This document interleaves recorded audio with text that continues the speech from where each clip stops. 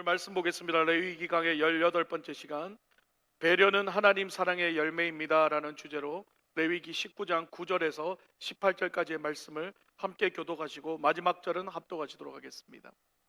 너희가 너희의 땅에서 곡식을 거둘 때에 너는 밭 모퉁이까지 다 거두지 말고 내 떨어진 이삭도 줍지 말며 내 포도원의 열매를 다 따먹지 말며 내 포도원에 떨어진 열매도 줍지 말고 가난한 사람과 거류민을 위하여 버려두라. 나는 너희의 하나님 여호와니라. 너희는 도둑질하지 말며 속이지 말며 서로 거짓말하지 말며 너희는 내 이름으로 거짓 맹세함으로 내 하나님의 이름을 욕되게 하지 말라. 나는 여호와니라. 너는 내 이웃을 억압하지 말며 착취하지 말며 품꾼의 삭을 아침까지 밤새도록 내게 두지 말며 너는 귀먹은 자를 저주하지 말며 맹인 앞에 장애물을 놓지 말고 내 하나님을 경외하라. 나는 여호와니라. 너희는 재판할 때에 불의를 행하지 말며 가난한 자의 편을 들지 말며 세력 있는 자라고 두둔하지 말고 공의로 사람을 재판할지며 너는 내 백성 중에 돌아다니며 사람을 비방하지 말며 내 이웃의 피를 흘려 이익을 도모하지 말라. 나는 여호와니라. 너는 내 형제를 마음으로 미워하지 말며 내 이웃을 반드시 견책하라. 그러면 내가 그에 대하여 죄를 담당하지 아니하리라. 다 같이요. 원수를 갚지 말며 동포를 원망하지 말며 내 이웃 사랑하기를 내 자신과 같이 사랑하라. 나는 여호와니라. 아멘. 자, 레위기경의 이제 18번째 시간입니다. 자, 제가 지난 시간에도 말씀드렸지만 이 레위기를 줄여서 짧은 한 문장으로 만들면 어떤 말씀일까요? 바로 오늘 19장 2절의 말씀, 너희는 거룩하라. 이는 나 여호와 하나님이 거룩함이니라. 자, 이게 바로 레위기를 이렇게 짧은 문장으로 줄이면 이 말씀이에요. 자, 요거를 더 줄여봅시다. 우리 더 한 단어로 줄여보면 어떻게 될까요? 뭘까요? 거룩. 레위기를 한 단어로 줄이면 거룩입니다. 거룩. 예. 또한 레위기를 제가 뭐라 그랬어요? 우리를 향한 지독한 하나님의 사랑의 편지. 그냥 편지도 아니고 어떻게? 지독한 사랑. 지독한 사랑. 여러분, 지독한 사랑이란 말 들으면 뭐부터 떠오르세요? 예. 진짜 사랑하는 거죠. 지독하게 사랑한다는 거예요. 예. 대충 사랑하는 게 아니고 너무너무너무너무 사랑한다는 말이죠. 예. 왜 이런 표현을 쓸까요? 하나님이요, 인간을 너무 사랑하셨어요. 창조하셔가지고 하나님 모습을 닮은 인간을 너무 좋아하셨어요. 그래서 인간을 위해서 온 세상을 다 만들고 동물을 만들고 식물을 만들고 실과수를 만들고, 그리고 하나님 뭐라고 그랬어요? 다 정복하고 다스려라. 다시 말해 뭐예요? 다 경상무도 말로 다 니끼다. 다 니끼다. 하나님이 이렇게 다 주신 거야. 다 마련해 주신 거야. 심지어 옷도 안 입고 살아도 될 정도로 뭐가 없어요? 위험이 없는 거예요. 사자와 뱀이 같이 뒹굴어도 물지 않는 그런 아름다운 세상을 하나님 만들어 주셨어요.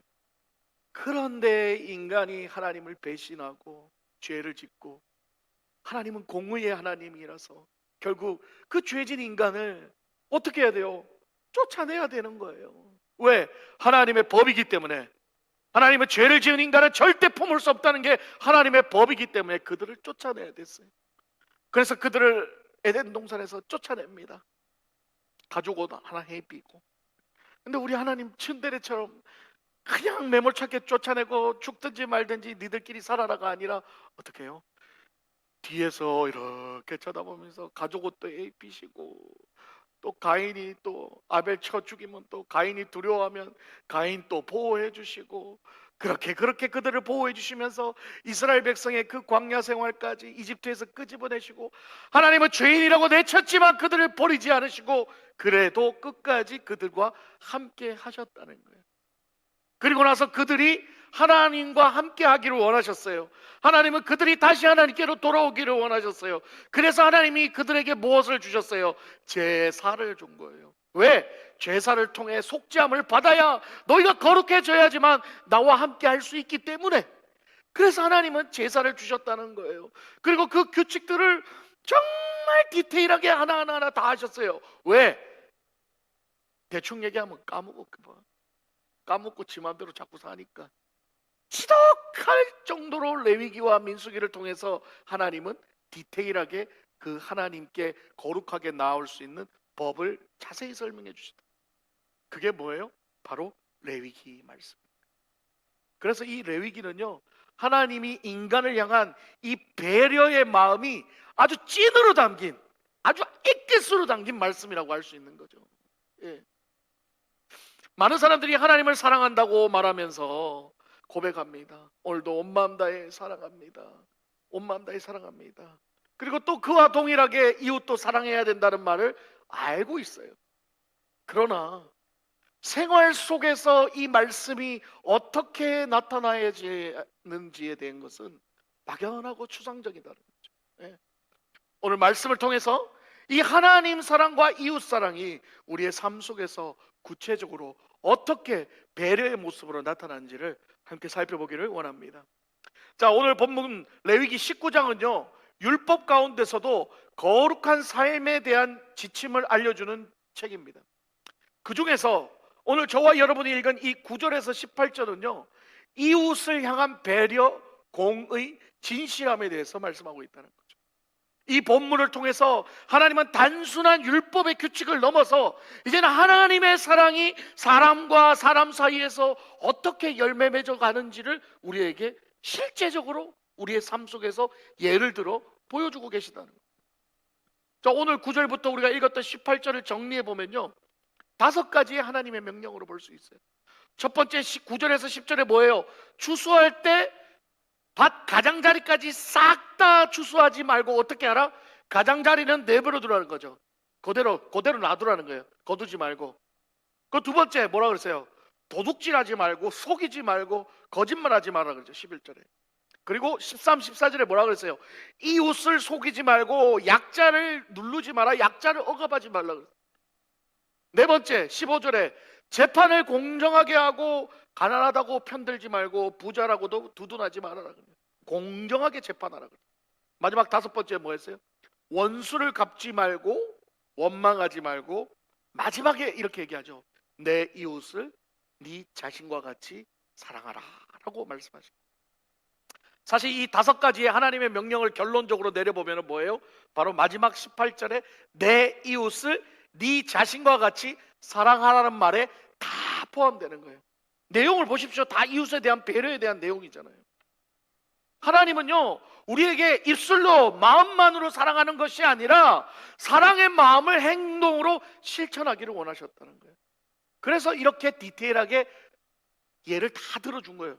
그냥 얘기하면 또 못 알아들을까 봐, 못 깨달을까 봐. 예. 그래서 이웃 사랑을 그냥 사랑이 아닌 뭐라고 그래요? 자기를 사랑하듯이, 나를 사랑하듯이 이웃을 사랑해야 된다라고 말하고 있는 거죠. 자, 다른 사람을 나를 사랑하는 것처럼 사랑하는 게 쉬울까요, 여러분? 결코 쉬운 일이 아니죠. 나를 사랑한다는 말이 뭐예요? 오늘날 말로 말하면 자기애라 그러지. 자기애. 자기 스스로를 너무 사랑하는 거예요. 아침에 눈 뜨고 거울 보면 아유 내 얼굴 왜 이렇게 잘생겼나, 아우 눈도 잘생겼고 코도 잘생겼고, 아 나는 뭐 이렇게 멋지게 들어, 나는 뭐 이렇게 피부도 뽀송뽀송하고, 나는 뭐 이렇게 자기를 바라보면서 늘 스스로를 나는 잘났고 나는 이게 뭐야, 스스로 자기애라 그러는 거예요. 예. 우리 아내가 가끔 제가 아닌데 저는 제 설교를 제가 자주 들어요. 제가 제 설교를 듣고 저도 은혜를 받아요. 왜냐하면 원고를 쓰고 설교를 하지만 어떨 땐 성령님께 사로잡혀서 원고에 없는 성령의 이끌림에 따라 말씀을 쏟아내기 때문에 저는 그 순간의 설교를 또 다시 들으면서 저 자신도 내가 한 설교지만 하나님의 말씀으로 받고 내가 은혜 받을 때가 있다는 거죠. 그래서 어떨 땐 제가 제 설교 들으면서 저도 막 울어, 막 은혜 받고 울어. 그랬더니 우리 마누라가 우리 남편은 자기애가 너무 충만. 야, 이 자기애가 아니고 이거는 그걸 그렇게 표현을. 예. 자기애가 아닌 거예요. 이건 자기애가 아닌 거예요. 아, 나 설교 참 잘하네. 이게 아니에요. 아니에요. 저도 하나님의 음성으로 듣는 거예요. 제 메시지를. 할렐루야. 예. 저도 하나님께 하나님 말씀을 전달하는 통로일 뿐이기 때문에 저도 제 설교를 몇 번씩 들으면서 저 자신을 돌아보고 은혜를 받는다는 거죠. 그렇습니다. 자신을 사랑한다는 것은 그 어떤 것보다 자신을 소중하게 생각한다는 말도 되는 거죠. 하나님의 자녀인 우리는 자신을 사랑할 줄 알아야 돼요. 할렐루야. 자기를 사랑할 줄 알아야 돼요. 근데 문제는 뭐냐 하면 자기 자신의 존재에 대해서 명확하게 알고 나서 자기 자신을 사랑해야 된다는 거예요. 안 그러면 안 된다는 거예요. 여러분, 우리가 어떤 존재였어요? 여러분은 어떤 존재였어요? 좀 더 정확하게 말하면 하나님을 만나기 전에 여러분은 어떤 존재였습니까? 로마서 3장 10절에서 12절은 하나님을 만나기 전 우리의 존재를 이렇게 말합니다. 함께 보겠습니다. 함께 읽겠습니다. 시작. 기록된 바 의인은 없나니 하나도 없으며 깨닫는 자도 없고 하나님을 찾는 자도 없고 다 지우쳐 함께 무익하게 되고 선을 행하는 자는 없나니 하나도 없도다. 이게 뭐예요? 한 개도 없다는 게 한 개도 없다는 거예요. 뭐라 그래요? 하나님을 만나지 못한 우리의 존재는요, 기본적으로 뭐예요? 죄인이죠. 기본적으로 죄인이에요. 그리고 뭐라 그래요? 깨닫지도 못하는 거예요. 맨날 들어도 못 깨달아야 돼요. 못 깨달아요. 그리고 하나님도 찾지 않아요.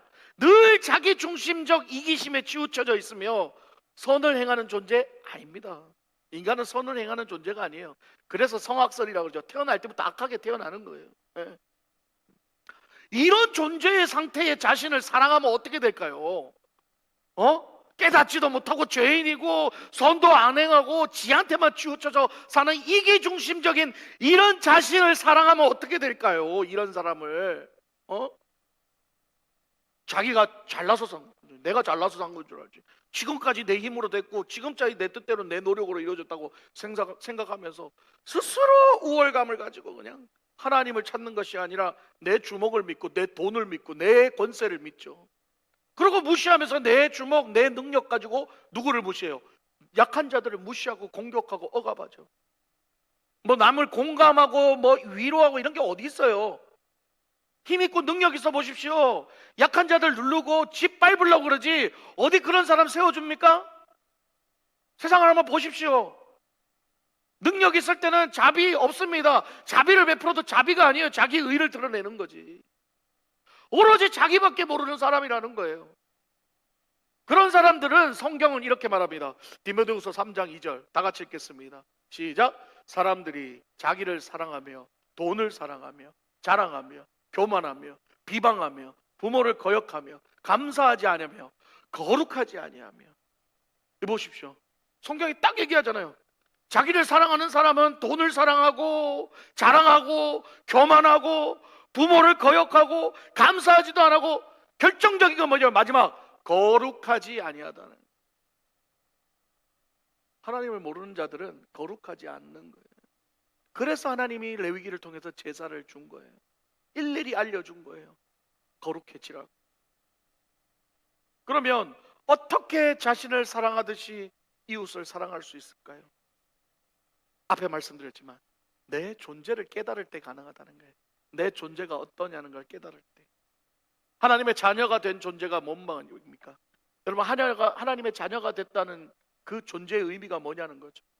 하나님을 모르고 살아왔던 죄악된 인간의 존재인 내가 하나님과 예수 그리스도의 사랑의 배려로 말미암아 예수 그리스도의 십자가의 희생을 믿음으로 우리가 하나님의 자녀가 된 것. 할렐루야. 이게 복음이에요. 심플하지만 이게 복음이에요. 이 심플한 복음을 자꾸 까먹는 거예요. 심플한데 까먹어요. 심플한데 또 까먹고 내 마음대로 살아요. 또 까먹고 내 마음대로 살아요. 이것을 줄여서 우리는 뭐라? 은혜라고 말합니다. 다시 말해 자신이 하나님의 은혜를 입은 존재임을 알고 그 은혜 입은 자로서 삶을 사는 것. 할렐루야. 그게 자기의 존재를 깨닫는 거죠. 그 존재를 깨달을 때에 이웃을 사랑할 수 있게 되고 가족을 사랑할 수 있게 되고 공의도 우리가 배려도 할 수 있게 된다는 것. 정확하게 말하면 나 자신을 사랑하는 것이 아니라 죄인된 나를 사랑하신 내 안에 계신 예수 그리스도를 사랑하는 것이고 그 예수 그리스도를 사랑하는 은혜의 마음이 있기 때문에 내 이웃도 사랑하고 내 가족도 사랑하고 원수 같은 남편도 사랑하고 왼수 같은 아내도 사랑하고 왼수 같은 자식도 사랑할 수 있게 되는 거예요. 예수의 사랑이 없으면 절대 사랑할 수 없습니다. 예수의 사랑 때문에 사랑하는 거예요. 이게 바로 이웃을 네 자신과 같이 사랑하라 라는 말이에요. 그러면 여러분 스스로를 사랑하란 말이 뭘까요? 우리 존재를 사랑하란 말이 뭘까요? 내 안에 계신 예수를 사랑하라는, 내 안에 계신 예수를 사랑하라는 거예요. 죽어서 죄인 될 나를 구원해 주신 예수가 이제는 내 안에 들어앉아 계신 그 예수를 사랑하라라는. 여러분, 하나님의 사랑은요, 기본적으로 희생과 배려가 담겨 있습니다. 우리는 하나님의 희생과 배려에 대해 깊이 생각해야 돼요. 하나님과 예수님의 하신 일들을 보십시오. 배려 없는 것이 뭐가 있어요? 여러분, 희생과 배려를요, 가진 자들이 여유가 있어서 베푸는 선이라고 생각하시면 안 돼요. 내가 여유 있고 내가 힘 있을 때 희생하고 배려하는 것은요, 하나님의 사랑으로 배려하는 것이 아니라 자기의 의의로 배려하는 거예요. 오늘도 많은 사람들이 나름 희생하고 나름 배려는 하고 살아갑니다. 그런데요, 그거 보십시오. 자기 자신이 손해보면서까지, 자기 자신이 희생하면서까지 남을 배려하는 사람은 없습니다. 내가 할 수 있는 선에서, 내가 할 수 있는 그 선 안에서만 배려를 하죠. 절대 내가 손해보면서 내가 어려움을 당하면서 선을 베풀지는 않아요. 네.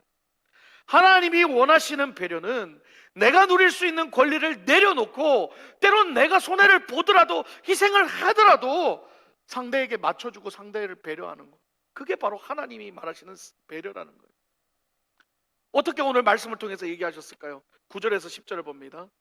너희가 너희의 땅에서 곡식을 거둘 때에 너는 발 모퉁이까지 다 거두지 말고 내 떨어진 이삭도 줍지 말며 내 포도원의 열매를 다 따지 말며 내 포도원에 떨어진 열매도 줍지 말고 가난한 사람과 거류민을 위하여 버려두라.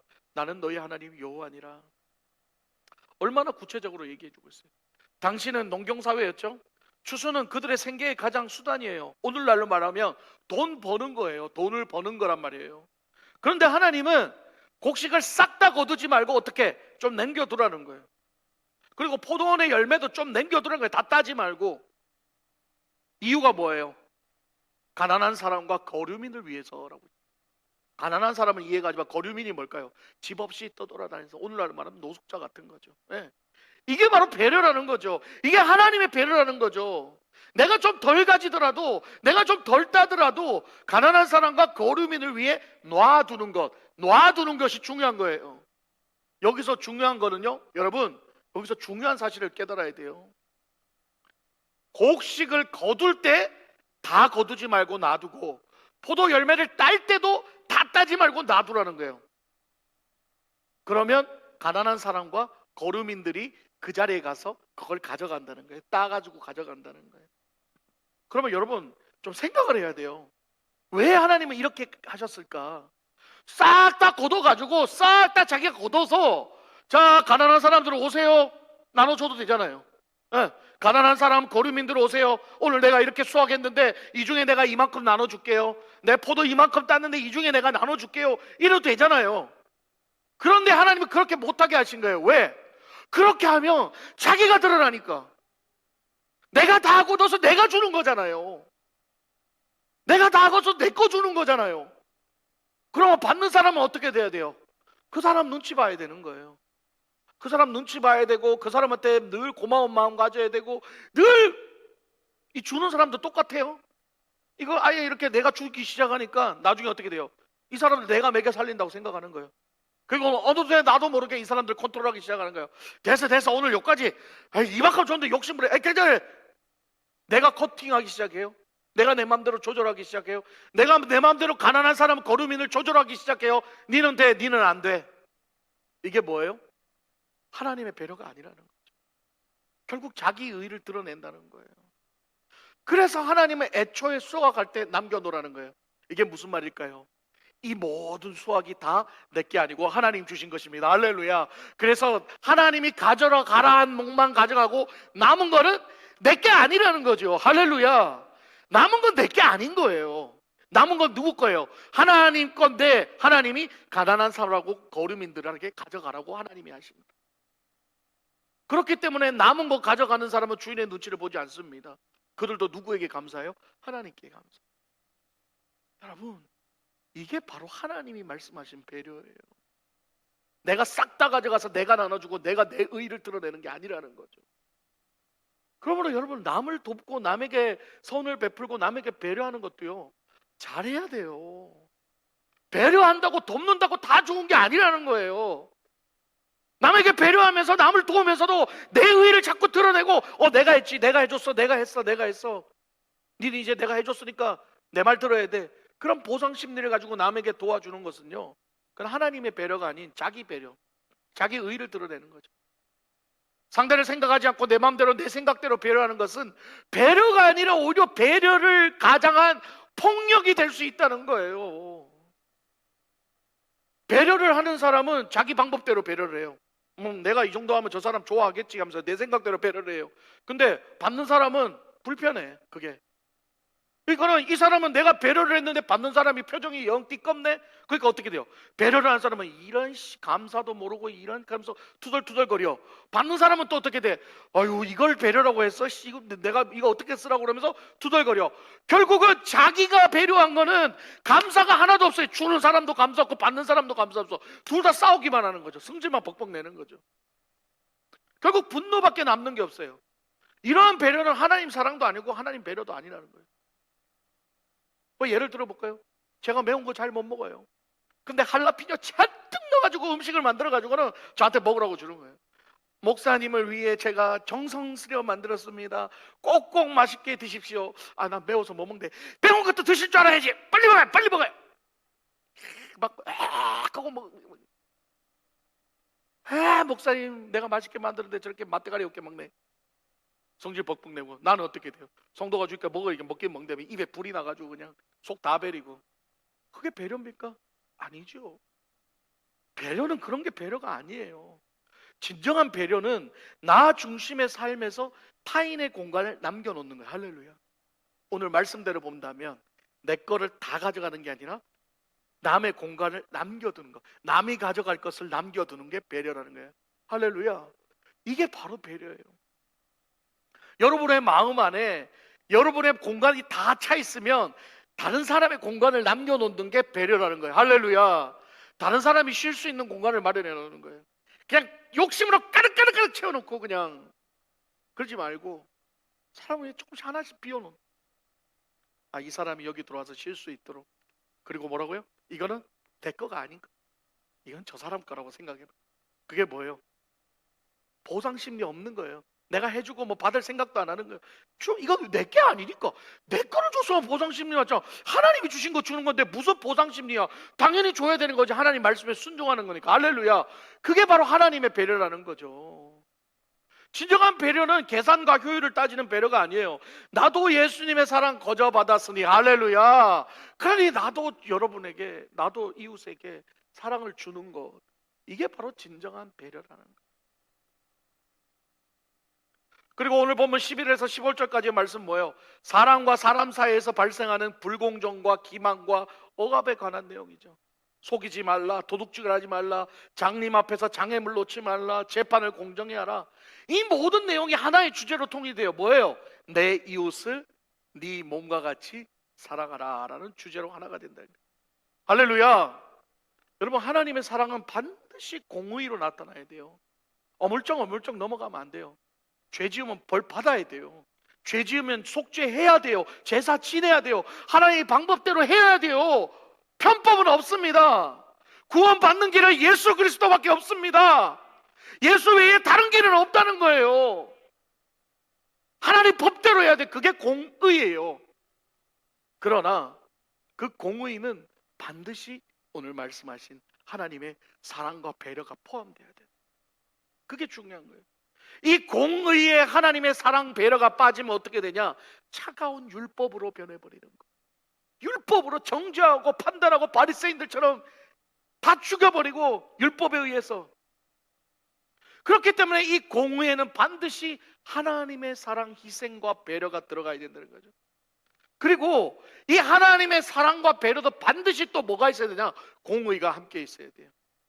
그래서 하나님의 배려는 반드시 공의와 사랑이 함께 공존해야 된다. 예, 그게 바로 하나님의 배려라는 거예요. 그렇다면 하나님은 왜 이렇게까지 사람 사이의 관계에서 배려, 사랑, 공의를 강조하셨을까요? 그 이유는 바로 하나님 본체가 사랑이시기 때문에. 할렐루야. 우리 교회가 왜 사랑의 교회입니까?